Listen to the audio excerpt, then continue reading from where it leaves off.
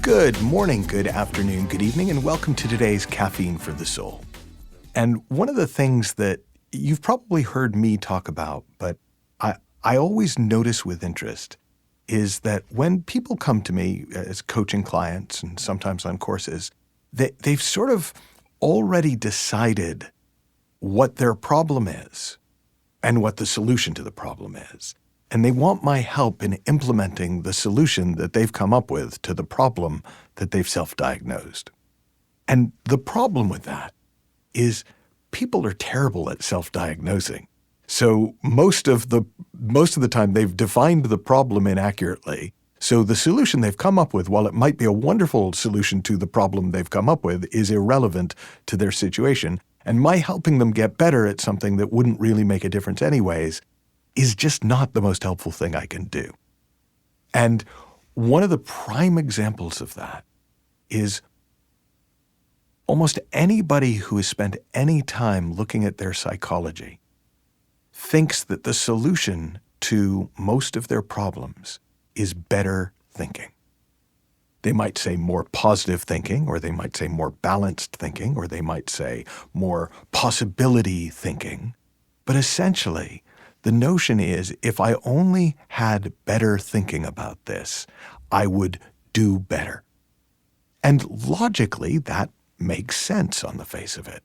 And so I was very much in that camp, and I spent many, many years teaching myself, learning, how do I get better thinking about X? How do I get better thinking about money? How do I get better thinking about relationships? How do I get better thinking about health? How do I get better thinking about business? How do I get better thinking about myself so that I have more self-esteem and value myself more? How do I get better thinking about?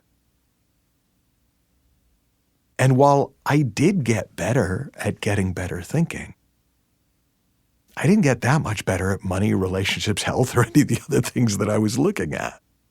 And I finally got the problem and the solution when I was listening to a recording from the Scottish mystic Sid Banks.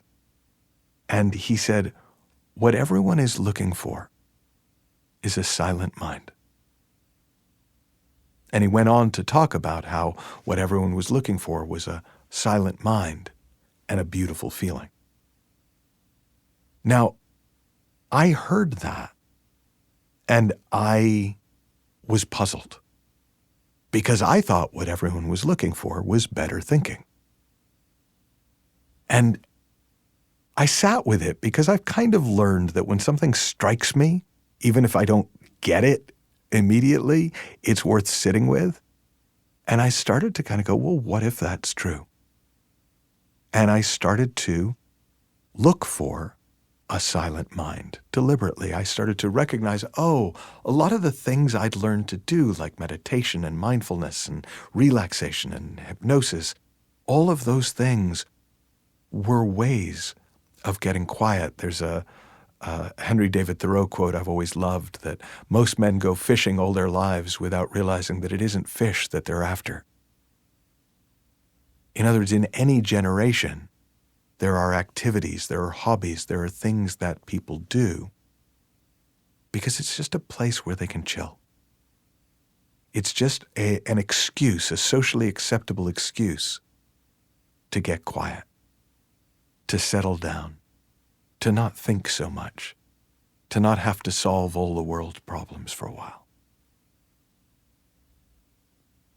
And once I saw that, and once I tried that for myself, I realized that it was in any area of my life.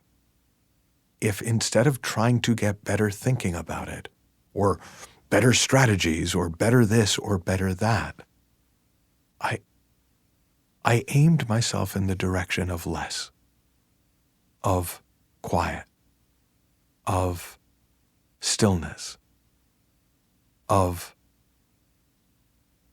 not doing so much. There's another source, a poem called The Sin Sin Ming by Seng Tsun, the third Zen patriarch. And there's a line in there that I quote a lot because I think it's incredibly profound. And he says, "You do not need to seek the truth. Simply cease to cherish opinions."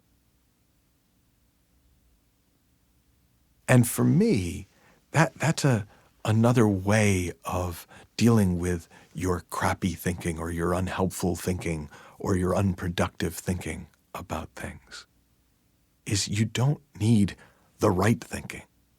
You don't even need better thinking. You can just stop cherishing your crap thinking. And what happens in the quiet, what happens in the space that becomes apparent when the noise settles, is in most cases you already know what to do. There's a kind of a common sense that becomes apparent in that quiet. There's a creativity that becomes available to us in that quiet. We start getting fresh ideas and new ideas, not better thinking, just fresh, new and fresh, appropriate to the moment, not necessarily something I need to remember for next time, but exactly what I need, exactly when I need it.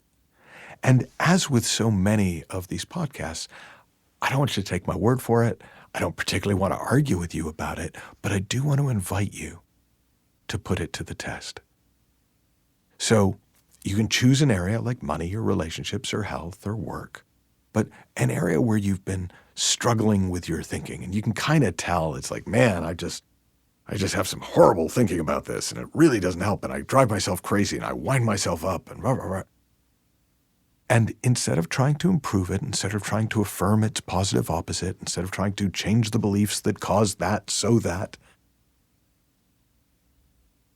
see what happens if you just, as best you can, drop your thinking about it.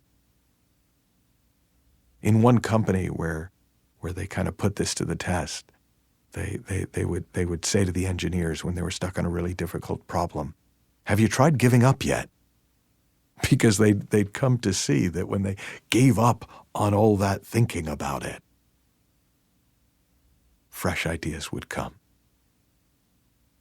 So that's your homework. Your mission, should you choose to accept it, is in whatever area you've been thinking you need better thinking, just experiment for a week with not thinking about it. Thinking about it less, not putting so much weight on the thinking that does come up. And notice how the situation changes. And notice how your experience and your options and the situation itself transform. Have fun, learn heaps, happy experimenting, and I'll talk with you soon.